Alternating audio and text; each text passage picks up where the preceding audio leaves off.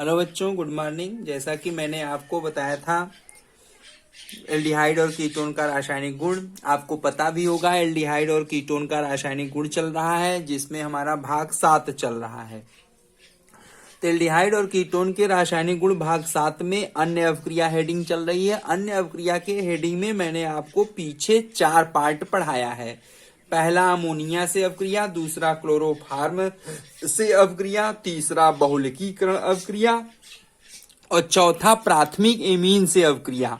ये 4 रासायनिक गुण मैंने आपको अन्य अवक्रिया के अंतर्गत पढ़ाया है। पांचवा आज रासायनिक गुण लेंगे अन्य अवक्रिया के अंतर्गत। पांचवा हेडिंग है हमारा बेंजोइन संघनन अवक्रिया। ठीक है बच्चों, मैंने इसका विवरण पिछले ऑडियो में भी किया, पिछले वीडियो में भी दिया है। उस वीडियो को और इस वीडियो को मिलाकर आप देख लेंगे, समझ में आ जाएगा। तो बच्चों, अन्य अवक्रिया एल्डिहाइड तथा कीटोन के रासायनिक गुण भाग 7 अन्य अवक्रिया के अंतर्गत पांचवा हेडिंग हम ले रहे हैं बेंजोइन संघनन अवक्रिया।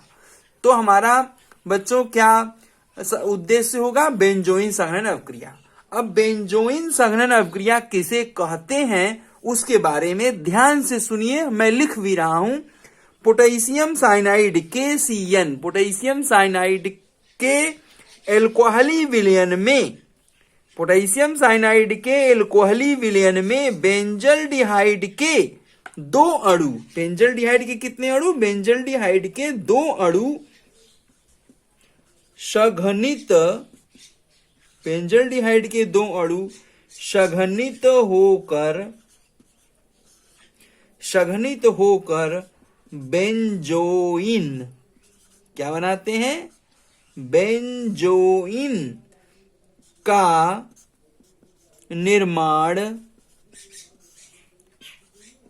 करते हैं, बेंजोइन का निर्माण करते हैं। तो इस अवक्रिया को बच्चों, इस अवक्रिया को बेंजोइन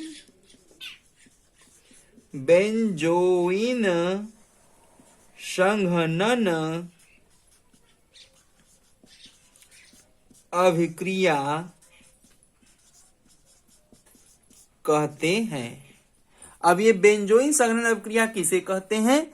तो पोटेशियम साइनाइड के एल्कोहली विलयन में बेंजल्डिहाइड के 2 अणु सघनित होकर बेंजोइन का निर्माण करते हैं, इसलिए इस अभिक्रिया को हम बेंजोइन संघनन अभिक्रिया कहते हैं। अब यह बेंजोइन संघनन अभिक्रिया केवल एरोमेटिक एल्डिहाइड में होता है। यह बेंजोइन संघनन अभिक्रिया केवल कहां?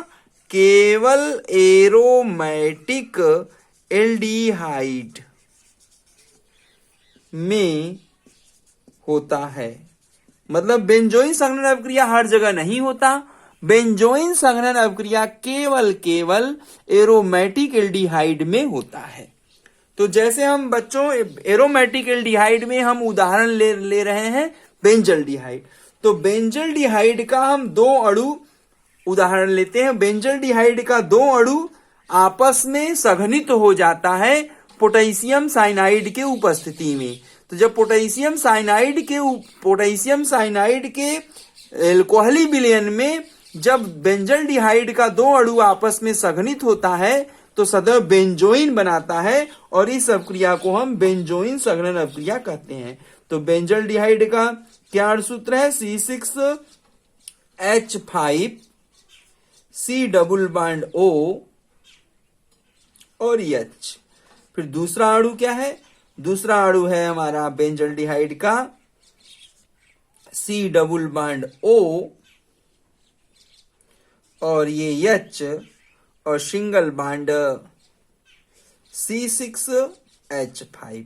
तो हमारे पास ये है बेंजल्डिहाइड, ये भी हमारे पास है बेंजल्डिहाइड। तो बेंजल्डिहाइड के 2 अणु मैंने लिया और ये किसके उपस्थिति में? तो एल्कोहलिक KCN पोटेशियम साइनाइड की उपस्थिति में गर्म करेंगे। तो बेंजल्डिहाइड के 2 अणु को हम एल्कोहलिक पोटेशियम साइनाइड की उपस्थिति में लेकर जब गर्म करेंगे तो हमारा ये क्या होगा, सघनित हो जाएगा। तो हमारे पास देखिए ये यहां पर हमारे पास ये वाला कार्बन जाएगा, इस कार्बन पर आक्रमण करेगा। तो हमारे पास यहां देखिए हम डबल बॉन्ड को नीचे दिखा दे रहे हैं, यहां पर थोड़ा उल्टा करके दिखा दे रहे हैं। सी डबल बॉन्ड ओ नीचे की तरफ दिखा दे रहे हैं, वही चीज है बेंजल्डिहाइड का। और यहां से हमारे पास ये जाएगा, कार्बन पर आक्रमण करेगा, तो ये बंध हमारे पास खुल जाएगा। अब जैसे ये बंध खुल जाएगा, यह हमारा यहां से, यह कब ऐसे जुड़ेगा, हमारे पास देखिए आगे जाकर के C6H5 सिंगल बॉन्ड C, फिर O निगेटिव, और ये हमारे पास क्या हो जाएगा, ये हमारे पास आपका हो जाएगा ये H, और इधर हमारे पास क्या होगा C डबल बॉन्ड O, और ये C6H5PH। तो हमारे पास देखिए ये यहाँ पर 2 1 3 1 4 1 5 बैलेंसी है, तो यहां से हमारा ये प्रोटॉन क्या होगा, इधर आ जाएगा। तो हमारे पास जब प्रोटॉन इधर आ जाएगा तो ये बंध यहां से क्या होगा, टूट जाएगा, और हमारे पास ये OH यहां आ जाएगा। तो इस तरीके से हमारा बेंजल्डिहाइड के 2 अणु एल्कोहलिक पोटेशियम साइनाइड की उपस्थिति में जब गर्म करते हैं, तो हमारा बेंजल्डिहाइड के दोनों अणु आपस में क्या होते हैं, आपस में सघनित हो जाते हैं। बेंजल्डिहाइड आपस में फ्यूज हो जाते हैं, तो क्या बना देते हैं, फ्यूज होकर के आपस में बना देते हैं बेंजोइन। क्या बना देते हैं, बेंजोइन। ये उत्पाद हमारे पास किस नाम से जाना जाता है, बेंजोइन के नाम से जाना जाता है, इसलिए इसे हम बेंजोइन सघनन अवक्रिया कहते हैं। तो ये हमारा हो गया अन्य अवक्रिया के अंतर्गत 7वां पार्ट चल रहा है, भाग 7। अन्य अवक्रिया के अंतर्गत 5वीं हेडिंग मैंने आपको पढ़ा दिया, बेंजोइन सघनन अवक्रिया। वीडियो पॉज करिएगा और अवक्रिया को लिख लीजिएगा। अब हम आगे चलते हैं, हमारा अगला हेडिंग होगा रिफॉर्मेटेस्की अवक्रिया। अगला हमारा कौन सा हेडिंग होगा, अगला हमारा हेडिंग होगा रिफॉर्मेटेस्की अवक्रिया। तो आगे हम लेंगे रिफॉर्मेटेस्की अवक्रिया। तो देखिए हमारे पास ये 5वां नंबर हमारा समाप्त होता है। अब आगे हम आपको समझाएंगे रिफॉर्मेटेस्की अवक्रिया। तो हम हेडिंग लेते हैं, 5 नंबर के बाद हमारा ये 6वां हेडिंग आएगा।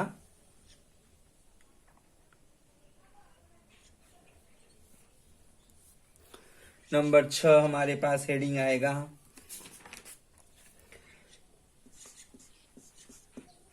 जिसका नाम है रिफॉर्मेटेस्की।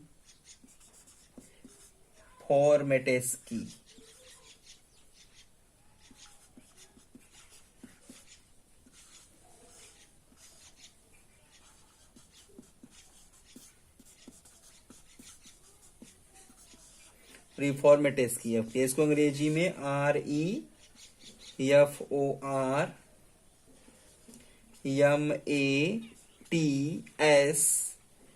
REFORMATSKY रिफॉर्मेटेस्की रिएक्शन के नाम से जानते हैं। और रिफॉर्मेटेस्की अवक्रिया 6 नंबर में हम लेंगे। अन्य अवक्रिया के अंतर्गत 6वां हेडिंग ले रहे हैं, रिफॉर्मेटेस्की अवक्रिया। तो रिफॉर्मेटेस्की अवक्रिया किसे कहते हैं, इसका मैं इंट्रोडक्शन लिखूंगा नहीं, बोल दे रहा हूं, ध्यान से सुन लीजिए, फिर समझा दूंगा। पहले मैं बोल रहा हूं ताकि आप लिख लेंगे। जिंक धातु की उपस्थिति में एल्डिहाइड व कीटोन अल्फा ब्रोमो एस्टर से अवक्रिया करके बीटा हाइड्रोक्सी एस्टर या अल्फा बीटा असंतृप्त एस्टर बनाता है, जिसका जल अपघटन करने पर बीटा हाइड्रोक्सी अम्ल या अल्फा बीटा असंतृप्त अम्ल प्राप्त होता है। इस अवक्रिया को रिफॉर्मेटेस्की अवक्रिया कहते हैं।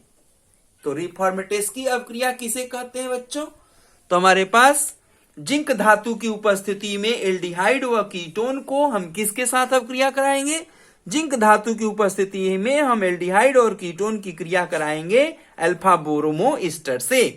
तो जब हम जिंक धातु के उपस्थिति में एल्डिहाइड और कीटोन का अल्फा ब्रोमो एस्टर से अवक्रिया करा देते हैं तो योग उत्पाद बनता है। क्या बनता है? योग उत्पाद बनता है। फिर जब हम योग उत्पाद का जब जल अपघटन कर देते हैं तो हमारे पास उत्पाद बन जाता है beta hydroxy ester.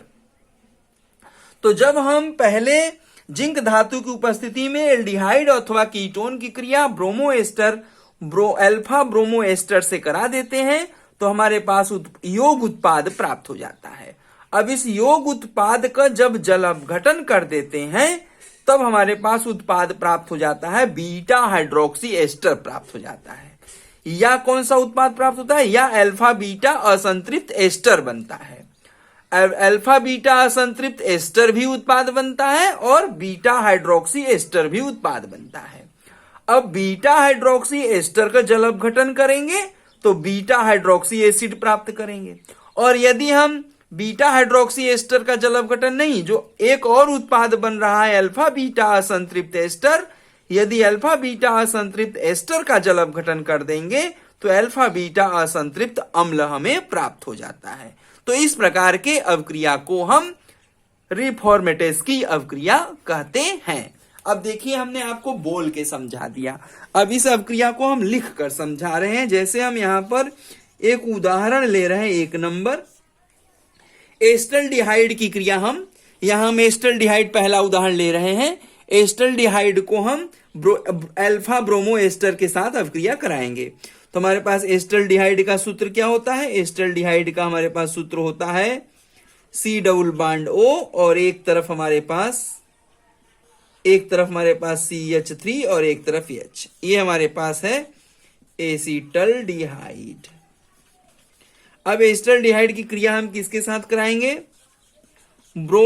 Alpha bromo ester के साथ। तो bromine CH2 single bond C double bond O, फिर आगे C2H5। इसका नाम क्या है? इसका नाम है अल्फा ब्रोमो एस्टर। अब किसके उपस्थिति में? जिंक धातु के उपस्थिति में। और ये अवक्रिया हम करा देते हैं। तो एसिटल्डिहाइड की क्रिया अल्फा ब्रोमो एस्टर से करा रहे हैं जिंक धातु के उपस्थिति में। तो यहां कौन सी अवक्रिया होती है? यहां योग अवक्रिया होती है। हमारे पास ये योग अवक्रिया होता है। यह जो हमारा अल्फा ब्रोमो एस्टर का ये जो कार्बन है, ये आता है इसके एल्डिहाइड के कार्बोनिल कार्बन पर आक्रमण करता है।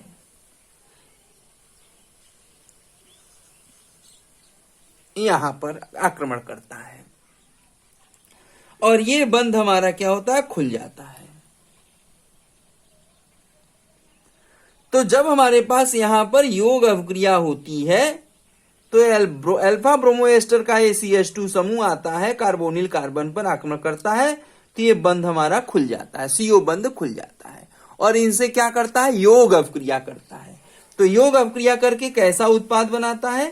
तो एक तरफ तो हमारे पास O निगेटिव आता है, फिर इससे हमारे पास जिंक धातु अल्फा ब्रोमो एस्टर से हमारे पास जिंक धनायन और ब्रोमीन ऐसे बनाता है। और एक तरफ दूसरे तरफ हमारे पास क्या होता है? दूसरे तरफ हमारा ये होता है CH2 C double bond O C2H5 और इधर हमारे पास क्या होगा? एक तरफ H और एक तरफ CH3।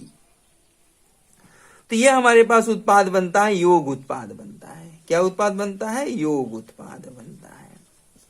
अब इस योग उत्पाद का हम क्या करते हैं? जल अपघटन करते हैं।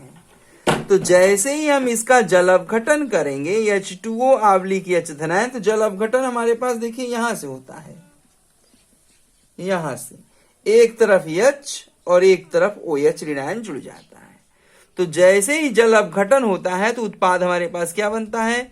CH3 C single bond H और इधर हमारे पास आ जाएगा OH। देखिए अभी C से OH आ जाएगा COH और दूसरी तरफ क्या होगा हमारे पास? ये CH, इसको H को हम बाहर कर लेंगे। देखो CH2 है तो हमने यहाँ CH2 में CH लिखा, H को बाहर लिखा। आगे क्या होगा हमारे पास? C double bond O O C2H5। ये जो हमारे पास उत्पाद बना, इस उत्पाद का नाम है alpha hydroxy HYDROXY। Alpha hydroxy ester का निर्माण हो जाता है। अल्फा हाइड्रोक्सी, अल्फा नहीं बीटा, सॉरी बीटा हाइड्रोक्सी, क्योंकि अल्फा तो ये है और ये हमारे पास बीटा, तो बीटा हाइड्रोक्सी एस्टर का निर्माण हो जाता है। और साथ में हमारे पास क्या निकल जाएगा, ZnOH ये हमारे पास बाहर निकल जाएगा। तो हमारे पास क्या बना बच्चों, बीटा हाइड्रोक्सी एस्टर का उत्पाद बन जाता है। अब बीटा हाइड्रोक्सी एस्टर का जो उत्पाद बनता है, अब इसके द्वारा एक उत्पाद और बन सकता है, अथवा एक उत्पाद और बन सकता है। क्या, जैसे हमारे पास यह OH और यह H आपस में मिलकर के जल अगर निकाल दें, तो हमारे पास क्या बन जाएगा, CH3 single bond CH3 single bond CH double bond फिर CH, फिर हमारे पास C डबल बॉन्ड O और फिर O फिर C2H5। तो इसका नाम क्या है, इसका नाम देखिए, ये अल्फा है ये बीटा है, तो हमारे पास क्या हो जाएगा, अल्फा बीटा अनसेचुरेटेड एस्टर का निर्माण हो जाता है। अल्फा बीटा अनसेचुरेटेड एस्टर का निर्माण हो जाता है। तो बच्चों ध्यान रखिएगा, इसमें जब हम किसी भी एल्डिहाइड का अथवा कीटोन का अल्फा ब्रोमो एस्टर के साथ जिंक की उपस्थिति में अपक्रिया करते हैं, तो पहले हमारा योग उत्पाद बनता है। अब इस योग उत्पाद का जब जल अपघटन कर देते हैं, तो हमारे पास एक उत्पाद बनता है, बीटा हाइड्रोक्सी एस्टर बनता है एक उत्पाद, अथवा हमारे पास अल्फा बीटा अनसेचुरेटेड एस्टर बनता है। अब अल्फा बीटा अनसेचुरेटेड एस्टर बने, चाहे अल्फा बीटा अनसेचुरेटेड एस्टर बने, चाहे बीटा हाइड्रोक्सी एस्टर बने। अब हम क्या करेंगे, किस बीटा हाइड्रोक्सी, ये जो हमारे पास बीटा हाइड्रोक्सी है, इस बीटा हाइड्रोक्सी का हम जल अपघटन यदि कर दें, अब बीटा हाइड्रोक्सी का जल अपघटन करेंगे, यहां से ध्यान से सुनिएगा। तो यदि हम यहां पर बीटा हाइड्रोक्सी का जल अपघटन कर रहे हैं, H2O ऑब्लिक H धनायन, मतलब अपघटन कहां से होगा हमारे पास, देखिए यहां से होगा। जल अपघटन हम कहां से करेंगे, यहां से करेंगे। तो हमारे पास ये देखिए यहां जल अपघटन होगा, तो H धनायन इस तरफ, OH ऋणायन इस तरफ। तो जब जल अपघटन होगा तो हमारे पास यहां उत्पाद क्या बनेगा, देखिए हम यहां पर इसको कर सकते हैं एक तरीके से, फिर इधर ही दिखा दीजिए। जल अपघटन करेंगे तो हमारे पास इससे क्या उत्पाद बनेगा, इससे हमारे पास उत्पाद बनेगा, इसका जल अपघटन करेंगे H2O ऑब्लिक H धनायन का, तो हमारे पास CH3 CHOH, देखिए कुछ गड़बड़ हो रहा है, इसको मैं फिर से लिख रहा हूं, देखिए जगह कम पड़ रहा है, इसलिए मैं इस अपक्रिया को फिर से लिख रहा हूं।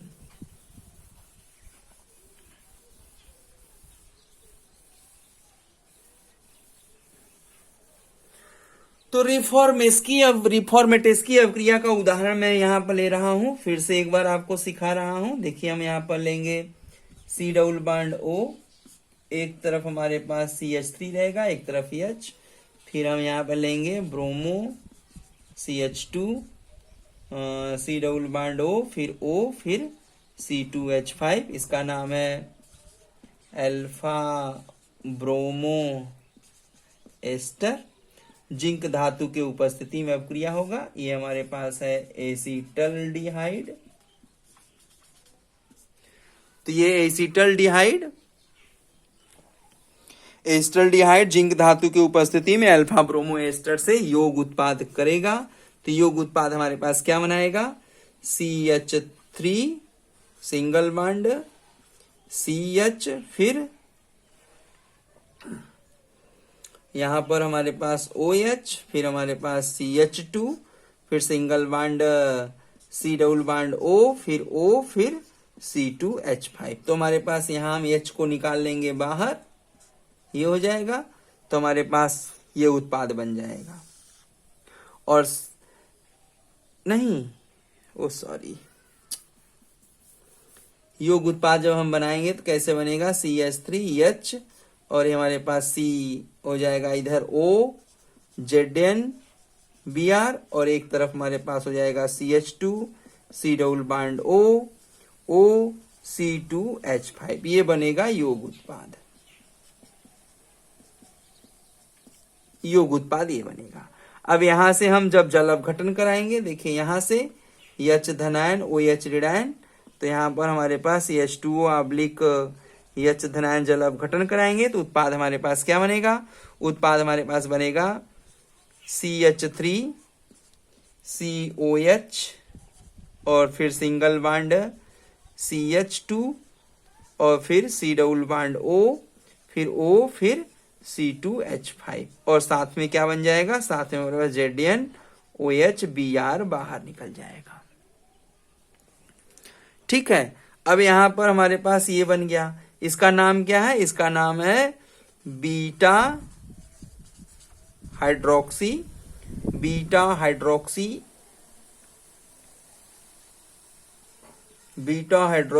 एस्टर बनेगा, है ना। अब बीटा हाइड्रोक्सी एस्टर जो बनता है और एक उत्पाद इसका और बनता है, या तो ये बनेगा अथवा हमारे पास क्या बनेगा CH3। देखिए हमारे पास ये जल निकल जाएगा बाहर तो क्या बन जाएगा, CH3 के बाद हमारे पास हो जाएगा ये, देखिए ये बनेगा हमारे पास CH3 CH double bond CH single bond C double bond O फिर C2H5। तो हमारे पास ये क्या बनेगा, अल्फा बीटा अनसेचुरेटेड एस्टर। तो अल्फा बीटा अनसेचुरेटेड एस्टर बन जाएगा या बीटा हाइड्रोक्सी एस्टर बन जाएगा। अब हम बीटा हाइड्रोक्सी एस्टर का जल अपघटन करेंगे, जल अपघटन करेंगे H2O ऑब्लिक H धनायन, बीटा हाइड्रोक्सी एस्टर जल अपघटन करेंगे तो यहां से जल अपघटन होगा, यहां H धनायन और इधर OH ऋणायन जुड़ेगा। तो हमारे पास उत्पाद क्या बनेगा बच्चों, तो अगर हम बीटा हाइड्रोक्सी एस्टर का जल अपघटन करेंगे तो हमारे पास उत्पाद बनेगा CH3 CHOH single bond CH फिर C डबल बॉन्ड O फिर H और साथ में बनेगा C2H5OH।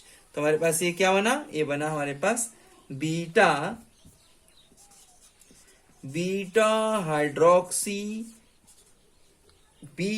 हाइड्रोक्सी एसिड बना, बीटा हाइड्रोक्सी एसिड बना। तो यही मैं कहना चाहता हूं बच्चों, एक बार फिर से सुन लीजिए, थोड़ा रिफॉर्मेटेस की अपक्रिया क्या है कि एल्डिहाइड का अथवा कीटोन का जिंक धातु के उपस्थिति में अल्फा ब्रोमो एस्टर से जब अपक्रिया कराया जाता है तो पहले योग उत्पाद बनता है, फिर इस योग उत्पाद का जल अपघटन कर देते हैं तो बीटा हाइड्रोक्सी एस्टर बन जाता है। अब बीटा हाइड्रोक्सी एस्टर का जब जल अपघटन किया जाता है तो बीटा हाइड्रोक्सी एसिड और एथेनॉल हमको प्राप्त हो जाता है। एक तो इस अपक्रिया को रिफॉर्मेटेस की अपक्रिया कहते हैं। दूसरी बात हम ये कहना चाहते हैं कि ये जो हमारे पास बीटा हाइड्रोक्सी एस्टर है, इस बीटा हाइड्रोक्सी एस्टर में OH और यह H, बीटा हाइड्रोक्सी एस्टर में ये जो OH और ये H है आपस में मिलकर के जल का अणु बाहर निकाल देता है। किसका अणु निकाल देता है, जल का अणु बाहर निकाल देता है। तो जब यह बीटा हाइड्रोक्सी एस्टर में से OH और H मिलकर के जल बाहर निकल जाएगा तो एक उत्पाद अथवा करके एक उत्पाद हमारे पास बनेगा अल्फा बीटा अनसेचुरेटेड एस्टर बन जाएगा। अब अल्फा बीटा अनसेचुरेटेड एस्टर का यदि हम जल अपघटन करेंगे, अब इसका जल अपघटन करेंगे तो कहां से जल अपघटन होगा, यहां से होगा। एक तरफ H धनायन एक तरफ OH ऋणायन जुड़ेगा, तब क्या उत्पाद बनेगा, तब उत्पाद हमारे पास बनेगा CH3 CH double bond CH single bond C double bond OH और प्लस C2H5OH। तो हमारे पास ये क्या बना, ये हमारे पास बना अल्फा बीटा अनसेचुरेटेड एसिड बना। तो अगर हम रिफॉर्मेटेस्की अवक्रिया में देखिए, ध्यान से इसको सुनिए, रिफॉर्मेटेस्की अवक्रिया में अगर हम एल्डिहाइड का जिंक धातु के उपस्थिति में अल्फा ब्रोमो एस्टर से अवक्रिया कराते हैं तो योग उत्पाद बनता है, फिर जल अपघटन कर देते हैं तो बीटा हाइड्रोक्सी एस्टर बनता है, अथवा बीटा हाइड्रोक्सी एस्टर बनता है, अथवा अल्फा बीटा अनसैचुरेटेड एस्टर बनता है। अब बीटा हाइड्रोक्सी एस्टर का जल अपघटन करेंगे, बीटा हाइड्रोक्सी एस्टर का जल अपघटन करेंगे तो बीटा हाइड्रोक्सी एसिड और एथेनॉल प्राप्त करेंगे, अथवा बीटा हाइड्रोक्सी एस्टर से अथवा करके अल्फा बीटा अनसैचुरेटेड एस्टर भी बन सकता है, क्योंकि यह OH और यह H आपस में मिलकर जल बाहर निकाल देंगे तो अल्फा बीटा अनसैचुरेटेड एस्टर बन जाएगा। अब अल्फा बीटा अनसैचुरेटेड जब एस्टर बन जाएगा और इसका जब जल अपघटन करेंगे तो अल्फा बीटा अनसैचुरेटेड एसिड का निर्माण हो जाएगा। और इसी अवक्रिया को हम क्या कहते हैं? इसी अवक्रिया को हम रिफॉर्मेटेस्की अवक्रिया कहते हैं। अब ये तो एल्डिहाइड के साथ अवक्रिया हुआ। अगर यही क्रिया हम बेंजल्डिहाइड के साथ करें, देखिए उदाहरण नंबर 2 लें। ये तो हमारे पास उदाहरण नंबर 1 हो गया। आप वीडियो पॉज करके अवक्रिया लिख लीजिएगा। उदाहरण नंबर 2 में अगर हम एस्टल्डिहाइड न लेकर के क्या करें, बेंजल्डिहाइड लें। हम यहां पर क्या लें? बेंजल्डिहाइड लें। क्या लें बच्चों? बेंजल्डिहाइड लें। तो एसिटल्डिहाइड की जगह अगर हम बेंजल्डिहाइड लें तो एकदम सेम जैसे अवक्रिया एस्टल्डिहाइड के साथ हो रही है, ठीक उसी प्रकार बेंजल्डिहाइड के साथ भी वैसे ही अवक्रिया होगी। बस हमें थोड़ा थोड़ा बदलाव करना है। कहां? यहां CH3 के जगह हम क्या कर दें? C2H5 यहां पर हम CH3 की जगह कर दें C6H5। तो जैसे ही हम यहां CH3 की जगह C6H5 करेंगे, नाम हो जाएगा बेंजल्डिहाइड। अब बेंजल्डिहाइड की क्रिया जिंक धातु की उपस्थिति में अल्फा ब्रोमो एस्टर से कराएंगे, योग उत्पाद बनेगा। तो यहां हमें CH3 की जगह क्या कर देना है? यहां CH3 की जगह हमें C6H5 लिख देना है। अब फिर हमारे पास इसका जब जल अपघटन करेंगे तो बीटा हाइड्रोक्सी एस्टर बनेगा और हमें यहां CH3 की जगह पर क्या कर देना है? CH3 की जगह पर हमें C6H5 लिख देना है। अब इस बीटा हाइड्रोक्सी एस्टर का जब जल अपघटन करेंगे तो बीटा हाइड्रोक्सी एसिड प्राप्त करेंगे, लेकिन किसका? बेंजल्डिहाइड का। तो हम यहां पर C6H5 लिख देंगे, ये बन गया। अथवा अल्फा बीटा अनसैचुरेटेड एस्टर बनेगा तो यहां CH3 की जगह पर हम C6H5 लिख देंगे तो अल्फा बीटा अनसैचुरेटेड बेंजल्डिहाइड के द्वारा अल्फा बीटा अनसैचुरेटेड एस्टर का निर्माण हो जाएगा। अब इसका जल अपघटन करेंगे तो अल्फा बीटा अनसैचुरेटेड एसिड प्राप्त हो जाएगा और हमें क्या बदलाव करना है? CH3 की जगह पर हमें C6H5 लिख देना है। तो ये देखिए बच्चों, मैंने क्या किया, जहां जहां CH3 था, देखिए यहां CH3 था तो हमने C6H5 कर दिया, बेंजल्डिहाइड हो गया। तो उत्पाद इसका योग उत्पाद में यहां CH3 था तो हमने वहां C6H5 लिख दिया, योग उत्पाद हो गया। अब इसके द्वारा जल अपघटन किया गया तो बीटा हाइड्रोक्सी एस्टर बना या अल्फा बीटा अनसैचुरेटेड एस्टर बना।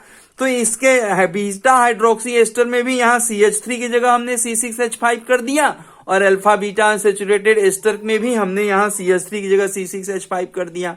अब इस बीटा हाइड्रोक्सी एस्टर का जल अपघटन किया तो यहां पर हमारे पास जो CH3 था उसको मैंने C6H5 कर दिया। तो ये हमारे पास बेंजल्डिहाइड के साथ बीटा हाइड्रोक्सी एसिड का निर्माण कर लिया। और यहाँ अल्फा बीटा अनसैचुरेटेड में भी यहाँ पर मैंने CH3 की जगह C6H5 लिख दिया। तो इसका जल अपघटन करने पर हमें अल्फा बीटा अनसैचुरेटेड एसिड प्राप्त हुआ। तो यहाँ पर भी मैंने CH3 की जगह पर C6H5 लिख दिया। तो ये सारी अवक्रिया मैंने बेंजल्डिहाइड उदाहरण के साथ मैंने लिख दिया। समझ में बात आया? इस तरीके से हमने बेंजल्डिहाइड का अवक्रिया आपको बता दिया। अब दूसरा अवक्रिया हम यहां पर लिख सकते हैं, वो क्या? दूसरी अवक्रिया हम यहां लिख सकते हैं एसीटोन के साथ। किसके साथ? एसीटोन के साथ। ठीक है, तो एसीटोन के साथ उदाहरण नंबर 3 हम लेते हैं। क्या लेंगे? उदाहरण नंबर 3। तो उदाहरण नंबर 3 में हमें एसीटोन, तो एसीटोन का सूत्र क्या होता है बच्चों? एसीटोन का सूत्र होता है, दोनों तरफ कार्बन डबल बॉन्ड ऑक्सीजन तो रहेगा ही, कार्बन डबल बॉन्ड ऑक्सीजन रहेगा और दोनों तरफ CH3 कर देंगे, दोनों तरफ CH3 कर देंगे। तो ये एसीटोन का सूत्र हो गया। अब एसीटोन की क्रिया अल्फा ब्रोमो एस्टर से कराएंगे जिंक धातु की उपस्थिति में, तो योग उत्पाद बनेगा। तो हमारे पास बेंजल्डिहाइड में ये था ना, अब यहाँ पर हम क्या करेंगे, यहाँ पर हम CH3 और CH3 दोनों तरफ लगा देंगे, तो हमारे पास ये एसीटोन के साथ योग उत्पाद बन जाएगा। किसके साथ उत्पाद बन गया, एसीटोन के साथ। CH3 के साथ हमारे पास योग उत्पाद अल्फा ब्रोमो एस्टर योग उत्पाद बना लिया। अब इसका जल अवघटन करेंगे तो यहाँ C6H5 की जगह हम क्या रखेंगे, C6H5 की जगह CH3 और H की जगह पर CH3। तो हमारे पास ये एसीटोन के साथ, यह हमारा एसीटोन के साथ एसीटोन के साथ बीटा हाइड्रोक्सी एस्टर बन जाएगा। अथवा अनसेचुरेटेड, अगर अनसेचुरेटेड करें तो हमारे पास क्या हो जाएगा, हमारे पास यहाँ हो जाएगा C, एक तरफ CH3 और दूसरे तरफ भी CH3। अब अल्फा बीटा अनसेचुरेटेड एस्टर बन गया, लेकिन किसके साथ बन गया, कीटोन के साथ बन गया। अब यार बीटा हाइड्रोक्सी बीटा हाइड्रोक्सी जो एस्टर बना कीटोन के साथ, इसका जल अपघटन करेंगे तो इधर से हमारा एथेनॉल निकल जाएगा। इधर हमारे पास क्या होगा, इधर जो हमारे पास C6H5 है, तो यहां पर हमारे पास क्या हो जाएगा, हमारे पास इस कार्बन से एक तरफ CH3 हो जाएगा, दूसरी तरफ भी CH3 हो जाएगा, और ये COH ऐसे बना लेगा। तो एसीटोन के साथ बीटा हाइड्रोक्सी एसिड का निर्माण हो जाएगा, एसीटोन के साथ बीटा हाइड्रोक्सी एस्टर का निर्माण होगा। और यहां पर अगर अल्फा बीटा अनसेचुरेटेड की बात करें तो यहां पर भी हमारे पास CH3 दोनों तरफ आ जाएगा। तो हमारे पास दोनों तरफ क्या हो गया, CH3 हो गया, CH3 single bond C, single bond CH3 और C double bond CH, C double bond OH। तो ये अल्फा बीटा अनसेचुरेटेड एसिड बन गया। किसके साथ हो गया, ये कीटोन के साथ हो गया। तो जब कीटोन के साथ बनाएंगे तो इसका उत्पाद का नाम क्या होगा, beta hydroxy acid. Beta hydroxy acid का IUPAC नाम होगा 3 हाइड्रोक्सी 3 मेथिल ब्यूटेनोइक एसिड। इसका IUPAC नाम होगा 1 2 3 और ये 4। तो हमारे पास क्या हो जाएगा, 3 पर मेथिल 3 पर हाइड्रोक्सी, तो इसको कहेंगे 3 हाइड्रोक्सी 3 मेथिल ब्यूटेनोइक एसिड बनेगा। ठीक, कीटोन के साथ यदि हम अल्फा ब्रोमो एस्टर और जिंक धातु की उपस्थिति में अपक्रिया कराएंगे तो हमारे पास बीटा हाइड्रोक्सी एस्टर बनेगा, और उसका जल अपघटन कराएंगे तो हमारे पास बनेगा 3 हाइड्रोक्सी 3 मेथिल ब्यूटेनोइक एसिड। और यदि इसका अथवा उत्पाद बन जाएगा, अल्फा बीटा अनसेचुरेटेड उत्पाद बन जाएगा, तो अनसेचुरेटेड उत्पाद का जल अपघटन कराएंगे तो हमारे पास अल्फा बीटा अनसेचुरेटेड एसिड बनेगा। तो इसका उदाहरण क्या होगा, देखिए 1 2 3 4। तो हमारे पास क्या हो जाएगा, 3 मेथिल, इसका नाम हो जाएगा 3 methyl but 2 en 1 oic acid. इसका नाम हो जाएगा 3 मेथिल, 3 पर शाखा मिलेगी, 3 methyl but 2 en 1 oic acid. तो इस तरीके से हमारे पास कीटोन के द्वारा अगर रिफॉर्मेस की अपक्रिया कराएंगे तो कीटोन के द्वारा रिफॉर्मेस की अपक्रिया जब होगी तो एक उत्पाद हमें मिलेगा 3 हाइड्रोक्सी 3 मेथिल ब्यूटेनोइक एसिड, और एक उत्पाद हमें मिलेगा 3 methyl but 2 en 1 oic acid. तो हमने आपको ये बता दिया कीटोन के साथ स्मिट अपक्रिया। इसके पहले मैंने आपको बेंजल्डिहाइड के साथ रिफॉर्मेस की अपक्रिया, और उससे पहले हमारा पहला उदाहरण था जो है एसिटल्डिहाइड के साथ रिफॉर्मेस की अपक्रिया।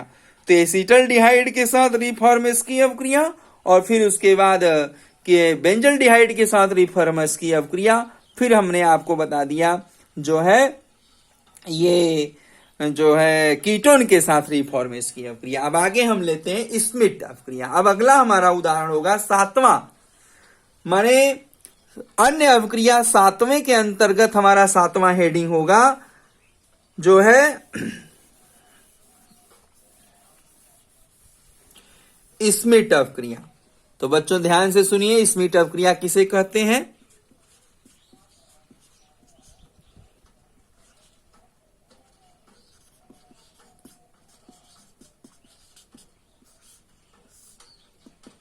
तो स्मिट अपक्रिया में है हमारे पास सांद्र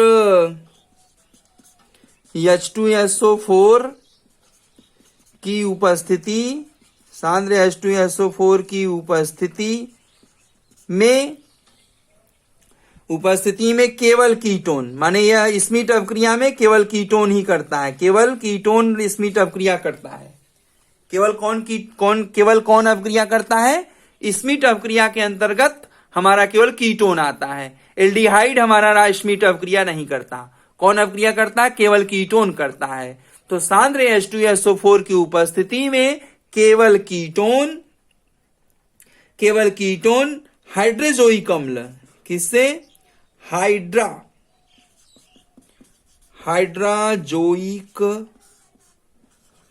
हाइड्राजोइक अम्ल, फार्मूला होगा N3H, हाइड्राजोइक अम्ल के साथ अभिक्रिया करके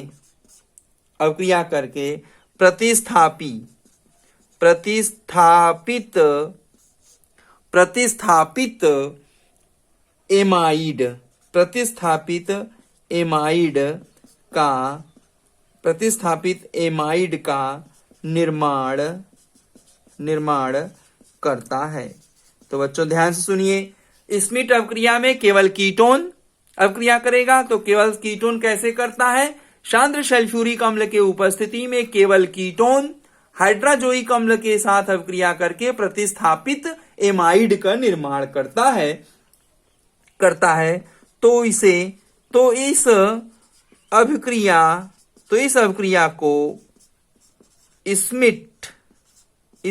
को हम कौन सी अभिक्रिया? इस अभिक्रिया को स्मिट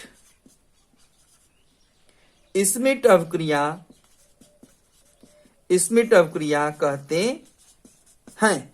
तो ध्यान से सुनिए बच्चों, सांद्र सल्फ्यूरिक अम्ल की उपस्थिति में केवल कीटोन, सांद्र सल्फ्यूरिक अम्ल के उपस्थिति में केवल कीटोन हाइड्राजोइक अम्ल के साथ अपक्रिया करके प्रतिस्थापित एमाइड का निर्माण करता है। तो इस प्रकार के अपक्रिया को स्मिट अपक्रिया कहते हैं। जैसे हमारे पास देखिए कीटोन में कीटोन का उदाहरण हम लेते हैं C डबल बॉन्ड O और दोनों तरफ से R और R, कीटोन हो गया।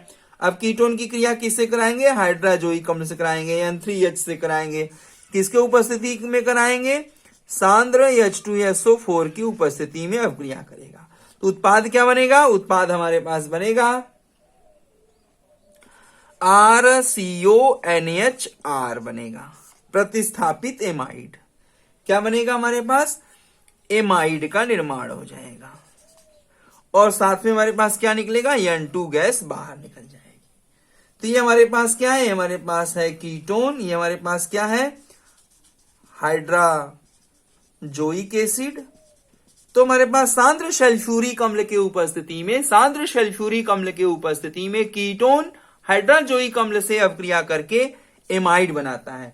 कैसा एमाइड बनाता है? प्रतिस्थापित एमाइड। कैसा एमाइड? प्रतिस्थापित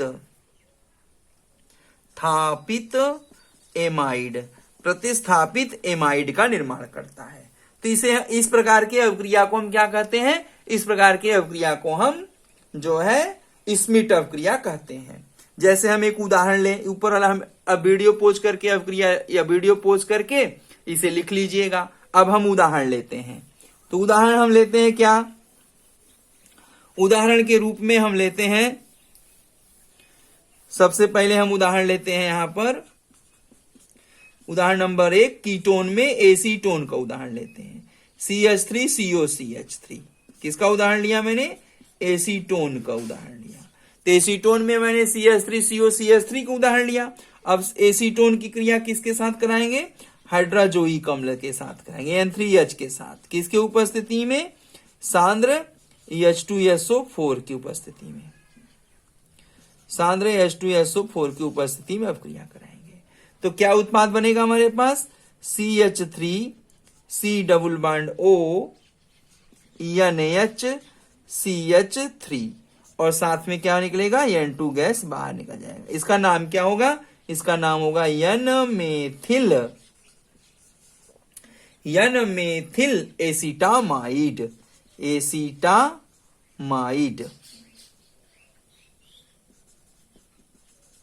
तो हमारे पास जब हम एसीटोन की क्रिया सांद्र सल्फ्यूरिक अम्ल की उपस्थिति में एसीटोन की क्रिया हाइड्राजोइक अम्ल से कराएंगे। किससे कराएंगे? हाइड्राजोइक एसिड सांद्र सल्फ्यूरिक अम्ल की उपस्थिति में एसीटोन की क्रिया हाइड्राजोइक अम्ल से कराएंगे तो एन मेथिल एसिटामाइड उत्पाद बनता है। तो इस प्रकार के अवक्रिया को हम स्मिट अवक्रिया कहते हैं। दूसरा उदाहरण लेते हैं, उदाहरण नंबर 2 लेते हैं। उदाहरण नंबर 2 में जैसे लेते हैं हम एरोमेटिक कीटोन में एसिटोफिनोन C6H5COCH3, इसका नाम है एसिटोफिनोन। अब एसिटोफिनोन एरोमेटिक कीटोन है। अब इसकी क्रिया किससे कराएंगे? N3H से कराएंगे, हाइड्राजोइक एसिड से कराएंगे। किसके उपस्थिति में कराएंगे? सांद्र H2SO4 की उपस्थिति में कराएंगे। तो क्या उत्पाद बनेगा? C6H5 double bond O NaCH3 plus N2 gas बाहर निकल जाएगा। इसका आईयूपीएसी नाम क्या होगा? तो इसका आईयूपीएसी नाम होगा N methyl benzamide. N methyl benzamide. तो अगर हम एसिटोफिनोन की क्रिया हाइड्राजोइक अम्ल से कराते हैं सांद्र सल्फ्यूरिक अम्ल की उपस्थिति में, तो हमारे पास N मेथिल बेंजामाइड उत्पाद बनता है। इस प्रकार के अवक्रिया को हम क्या कहते हैं? इस प्रकार के अवक्रिया को हम स्मिट अवक्रिया कहते हैं। और इस ध्यान से सुनिए, यह अवक्रिया केवल कीटोन करता है, यह अवक्रिया एल्डिहाइड कतई नहीं करता है। तो यह अवक्रिया कौन करता है? केवल कीटोन। उत्पाद क्या बनाता है? एमाइड बनाता है। कौन सा एमाइड बनाता है? प्रतिस्थापी एमाइड बनाता है। तो इसको ध्यान में रखेंगे। देखिए, स्मिट अवक्रिया के एक उदाहरण मैं अभी आपको और बताऊंगा। स्मिट अवक्रिया में केवल क्या होता है? केवल कीटोन सांद्र सल्फ्यूरिक अम्ल की उपस्थिति में, केवल कीटोन सांद्र सल्फ्यूरिक अम्ल की उपस्थिति में हाइड्राजोइक अम्ल से अवक्रिया करके प्रतिस्थापी एमाइड का निर्माण करता है। इसे स्मिट अवक्रिया कहते हैं। ये मैंने आपको उदाहरण बता दिया, ठीक है। अब स्मिट अवक्रिया एक और है, क्या कि अगर हम इसको मिटा दें, अवक्रिया लिख चुके होंगे, देखिए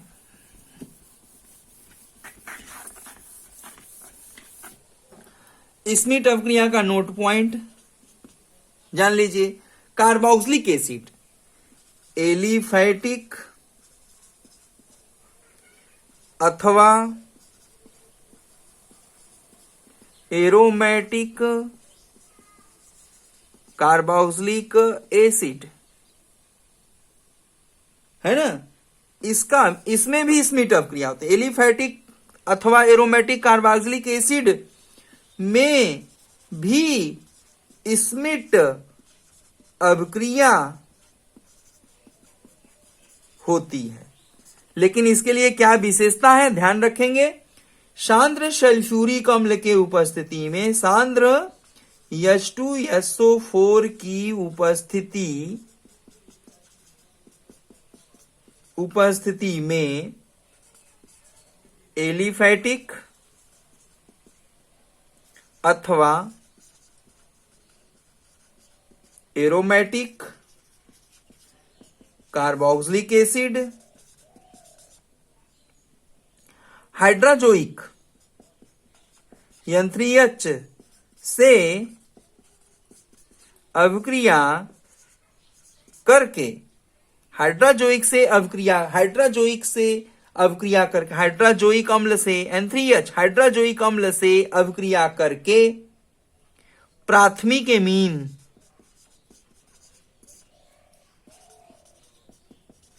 1 डिग्री एमीन प्राथमिक एमीन का निर्माण करता है। तो इस अवक्रिया को भी प्राथमिक एमीन का निर्माण करता है। प्राथमिक एमीन का निर्माण करता है तो इसे भी स्मिट अवक्रिया कहते हैं। तो देखो, स्मिट अवक्रिया दो प्रकार से हो गया।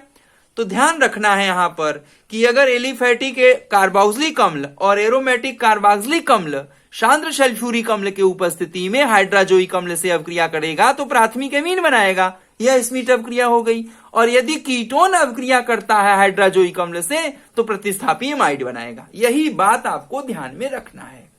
तो अगर कीटोन हमारा हाइड्राजोइक अम्ल से अवक्रिया सांद्र सल्फ्यूरिक अम्ल के उपस्थिति में यदि कीटोन हाइड्रोजोइक अम्ल से अवक्रिया करेगा तो प्रतिस्थापी एमाइड बनाएगा और इस प्रकार की अवक्रिया को स्मिट अवक्रिया कहेंगे। और दूसरी बात ये नोट पॉइंट है कि अगर एलिफेटिक कार्बोक्सिलिक एसिड हो या एलिफेटिक कार्बोक्सिलिक एसिड हो या एरोमेटिक कार्बोक्सिलिक एसिड हो, यदि यह सांद्र सल्फ्यूरिक अम्ल की उपस्थिति में हाइड्रोजोइक अम्ल से अवक्रिया कर रहा है तो हमेशा प्राथमिक एमीन बनाएगा और इस प्रकार के अवक्रिया को भी स्मिट अवक्रिया कहते हैं। इस बात को ध्यान में रखिएगा। जैसे हमारे पास AR एरोमेटिक या R aliphatic, COOH carboxylic acid किससे अवक्रिया करेगा? N3H से, हाइड्रोजोइक अम्ल से। मतलब ये हमारे पास हो गया कार्बोक्सिलिक एसिड। कार्बोक्सिलिक एसिड में मैंने दोनों लिया, एरोमेटिक एलिफेटिक दोनों ले लिया, कार्बोक्सिलिक एसिड और ये हाइड्रोजोइक एसिड N3H से अवक्रिया कर रहा है सांद्र H2SO4 की उपस्थिति में। तो सदैव उत्पाद क्या बनेगा? सदैव उत्पाद AR एरोमेटिक अथवा एलिफेटिक R NH2 प्राथमिक एमीन 1 डिग्री एमीन बनेगा और साथ में आपका CO2 गैस बाहर निकलेगी और N2 गैस बाहर निकलेगा। तो बात ध्यान रखेंगे कि अगर हमारे पास कार्बोक्सिलिक एसिड ध्यान रखिएगा, कार्बोक्सिलिक एसिड यदि हाइड्रोजोइक अम्ल से अवक्रिया कर रहा है सांद्र सल्फ्यूरिक अम्ल के उपस्थिति में तो उत्पाद बनेगा प्राथमिक एमीन। अवक्रिया कहलाएगी, अवक्रिया कौन सी कहलाएगी? अवक्रिया स्मिट अवक्रिया कहलाएगी। कौन सी अवक्रिया कहलाएगी? स्मिट अवक्रिया कहलाएगी। लेकिन यदि कीटोन अवक्रिया कर रहा है और यदि कीटोन अवक्रिया करेगा हाइड्रोजोइक अम्ल से, कीटोन अवक्रिया करेगा हाइड्रोजोइक अम्ल से सांद्र सल्फ्यूरिक अम्ल के उपस्थिति में तो प्रतिस्थापी एमाइड बनाएगा, वह अवक्रिया भी स्मिट अवक्रिया कहलाएगी। यही बात मैं आपको बार बार बता रहा हूं, ध्यान में रखिएगा, इसको बार बार सुन लीजिएगा। तो ये हमारा हुआ स्मिट अवक्रिया। और एल्डिहाइड हाइड्रोजोइक अम्ल से अवक्रिया नहीं करता है, ये बात ध्यान रखेंगे। तो एल्डिहाइड हमारा हाइड्रोजोइक अम्ल से अवक्रिया नहीं करता है, केवल कीटोन करता है। केवल कीटोन चाहे एलिफेटिक कीटोन चाहे एरोमेटिक कीटोन, केवल कीटोन सांद्र सल्फ्यूरिक अम्ल की उपस्थिति में हाइड्रोजोइक अम्ल से अवक्रिया करके प्रतिस्थापित एमाइड का निर्माण करता है। इस अवक्रिया को स्मिट अवक्रिया कहते हैं। अथवा एलिफेटिक कार्बोक्सिलिक एसिड अथवा एरोमेटिक कार्बोक्सिलिक एसिड सांद्र सल्फ्यूरिक अम्ल की उपस्थिति में हाइड्रोजोइक अम्ल से अवक्रिया करके प्राथमिक एमीन बनाता है। तो इस प्रकार के अवक्रिया को भी स्मिट अवक्रिया कहते हैं। तो स्मिट अवक्रिया टोटल हमने बता दिया, पूरा मैंने नेम रिएक्शन आपको बता दिया कि स्मिट अवक्रिया किसे कहते हैं। तो यह नेम रिएक्शन है, इस नेम रिएक्शन के कॉपी में भी लिख लीजिएगा। तो नेम रिएक्शन याद करके जाएंगे, स्मिट अवक्रिया किसे कहते हैं, यह पूरा नेम रिएक्शन मैंने आपको बता दिया। समझ गए हमारी बात? अब स्मिट अवक्रिया आपसे पूछे तो आप चाहे एल्डिहाइड का लिखिए चाहे कार्बोक्सिलिक का लिखिए, दोनों सही माना जाएगा। आप एल्डिहाइड का कीटोन का उदाहरण लिख के आइए स्मिट अवक्रिया, या आप कार्बोक्सिलिक का स्मिट अवक्रिया का उदाहरण लिख के आइए, दोनों सही माना जाएगा और आपको नंबर मिल जाएगा। तो इस बात को अच्छी तरीके से ध्यान में रखिएगा। और आज हमारा एल्डिहाइड और कीटोन का रासायनिक गुण, आज इस वीडियो में मैंने आपको एल्डिहाइड और कीटोन का रासायनिक गुण में सभी पार्ट पढ़ा दिया। पार्ट 1 से लेकर पार्ट 7 तक पढ़ा दिया। 7 पार्ट रासायनिक गुण में मैंने बांटा था। एल्डिहाइड और कीटोन का कुल 7 भाग में बंटवारा किया था, जिसको 1 बाय 1 करके मैंने पढ़ा दिया। और 7वां जो भाग था अन्य अवक्रिया, तो अन्य अवक्रिया में भी 7 पार्ट था। अन्य अवक्रिया में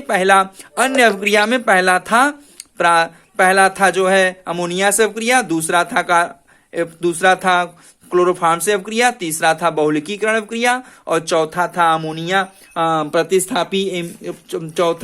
चौथा मैंने लिया था जो है प्राथमिक एमीन से अवक्रिया, 5वां बेंजोइन सघनन अवक्रिया, 6वां रिफॉर्मेटेस्की अवक्रिया और 7वां स्मिट अवक्रिया। तो मैंने ये आपको पढ़ा दिया, अन्य अवक्रिया के अंतर्गत ये मैंने आपको पढ़ा दिया।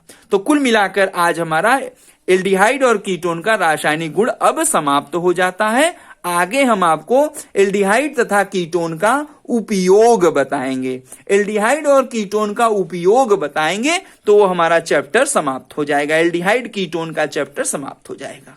तो अब हम अगले वीडियो में मैं आपको एल्डिहाइड और कीटोन का उपयोग बताऊंगा। आज के लिए बस इतना ही, धन्यवाद।